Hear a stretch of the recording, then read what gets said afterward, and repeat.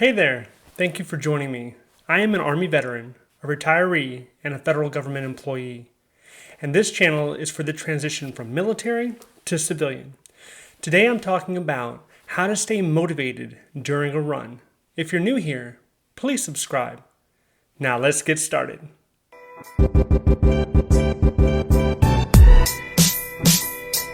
Alright, so you decided to go on a run.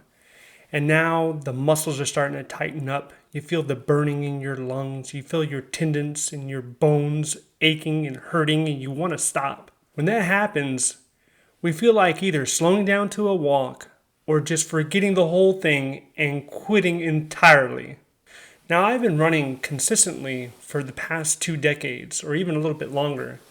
And I've got quite a few medals to show for it. I've done everything from a 5K, 10K, half marathon, and even a few full marathons. So we all start with wonderful intentions when we start to lace up our shoes and we hit the road or the trail. So what happens? Why does our motivation fade? And what can we do in order to sustain that motivation?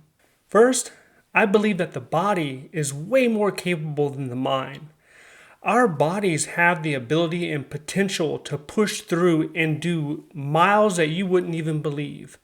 But our regulator, which is our mind, it kind of gets in the way. It's telling us to slow down, take it easy, this is way too much exertion, control yourself.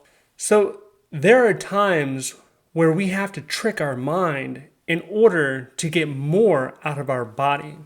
Anytime that a negative thought starts to creep into your mind, you need to shut it down.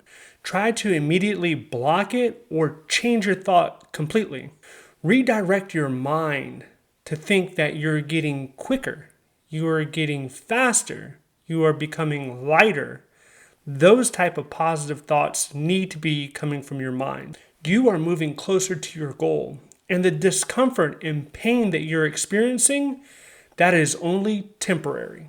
Understanding that running just 25 to 30 minutes can greatly impact and benefit you for the next 24 hours. It is an incredible return on investment, and anything truly worth doing is going to come with some difficulty, but you can control that difficulty and you can manage it.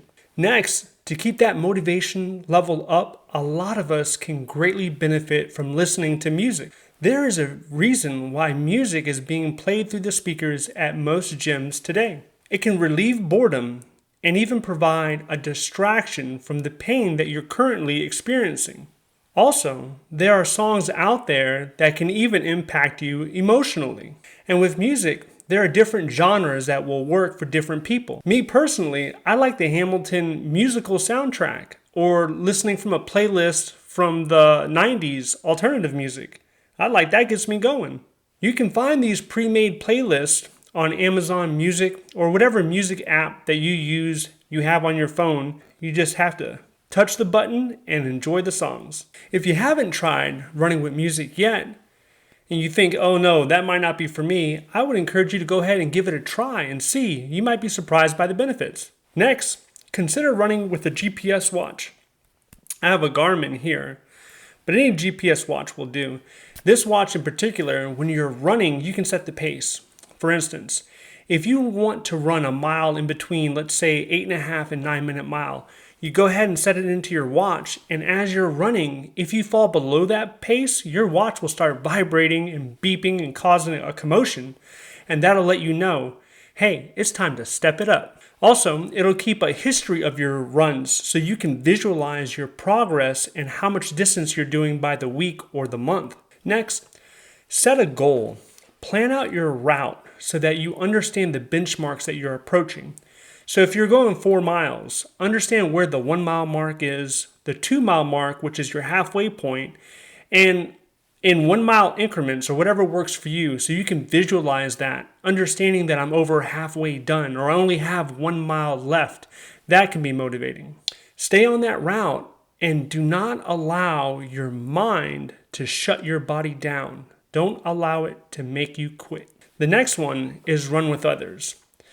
Now, if you have someone in your local area that you can invite to run with, that would be beneficial because it's one thing when we quit on ourselves. Perhaps no one's around, no one's there to really hold us accountable except for ourselves. But when you have one or two or three other individuals running with you, when you quit, you not only have to explain it to yourself, but you have to look at two or three other faces and be comfortable enough with the excuse that you're about to tell them on why you decided to quit. And if you don't know anybody in your area, that's okay because we have apps like Garmin. I have a Garmin app on my phone right now where I can look at individuals in the local area and we can compete virtually where my steps and miles are logged in my watch and I can see their steps and miles. And it's a competition that you can have every day or you can have it weekly or even monthly. Those type of competitions can help increase the level of motivation when you're conducting your runs. Finally, try to inspire yourself before you actually go out on the run. So this could be reading a few pages out of an inspiring book or maybe listening to some David Goggins videos, which really pump me up, or any videos on YouTube that you find that really give you that inspiration to get out there and to get those miles in. Review your goals. Maybe you want to lose 10 pounds in a few months or whatever goal that you might have. It could be to fit into a new piece of attire, a garment that you really wanted to get into. Look at those goals and realize by putting your shoes on and getting yourself out on that road to start running, you're moving closer to those goals. You have to get pumped up. You have to get excited before you get out there and you start suffering. In the military, there were times initially where I didn't like running, but I knew if I was going to stay for 20 years, running was going to be something that I did almost every day. So if I had to do it every single day, then I might as well try to get good at it. Because we enjoy doing things that we're good at. If we're wonderful at basketball, we want to get on the court and shoot some threes. If we're really good at painting pictures, that's what we want to do, put oil on a canvas. And if we're good at running, if we allow ourselves to try to get better at running, then believe me, you're going to want to sign up at those local races. You're going to want to run more. Well, that wraps up my video on how to stay motivated while you're running. If you like this video, please click like and subscribe. If you have any tips, questions, or comments, please leave those down below. And I'll see you in the next one. Thank you for watching.